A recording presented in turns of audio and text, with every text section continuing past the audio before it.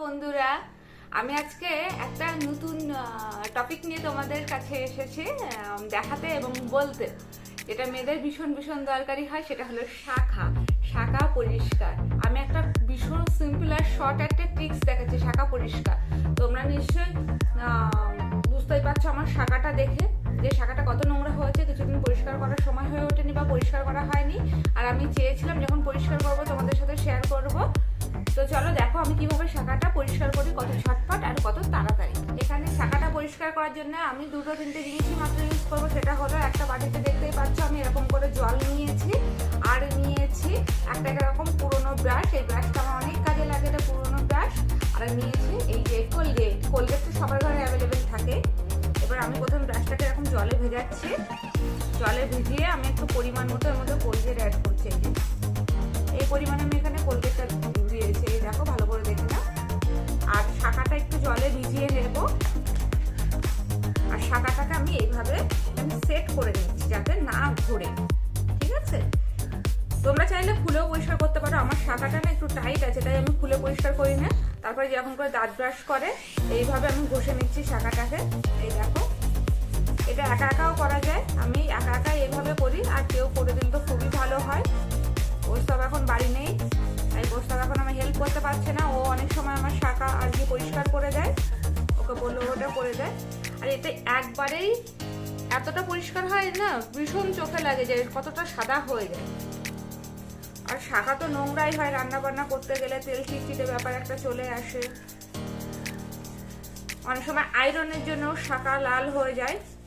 আবার এই শাখাটা কেনা খুব বেশি দিন হয়নি। তো দেখো এটা কত তাড়াতাড়ি পরিষ্কার হয়ে যাবে।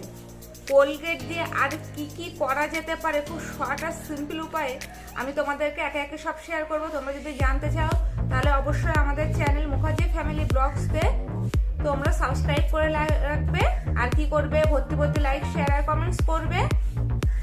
আর আজকের এই টিপসটা যদি তোমাদের ভালো লেগে থাকে তাহলে কিন্তু লাইক শেয়ার কমেন্টস করতে ভুলো না। দেখতেই পাচ্ছ যখন করে দাঁত ব্রাশ করি না, সেইভাবে এটাকে এইভাবে ব্রাশ করে নিচ্ছি। আমি আরেকটা টিপস কিন্তু বলবো, ভিডিওটা শেষ পর্যন্ত দেখবে।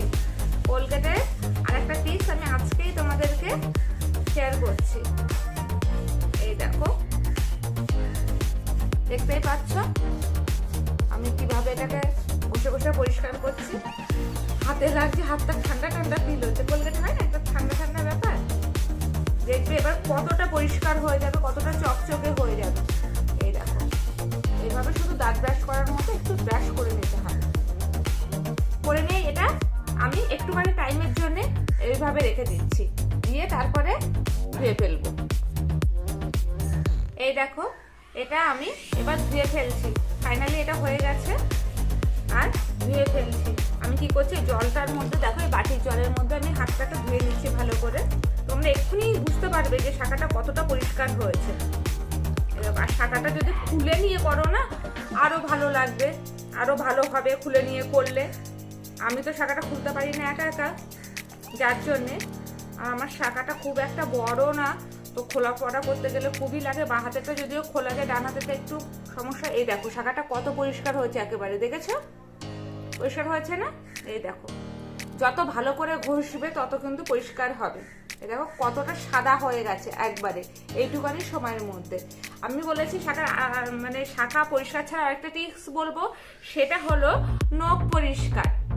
অনেক সময় হলুদের ছাপটাপ লেগে যায়, সেই নখগুলোতে যদি একটু কোলগেট নিয়ে এরকম করে নখগুলো ব্রাশ করে নাও না, দেখবে নখও খুব ভালো পরিষ্কার থাকে। দেখো নখটাও কত চকচকে হয়ে যাবে।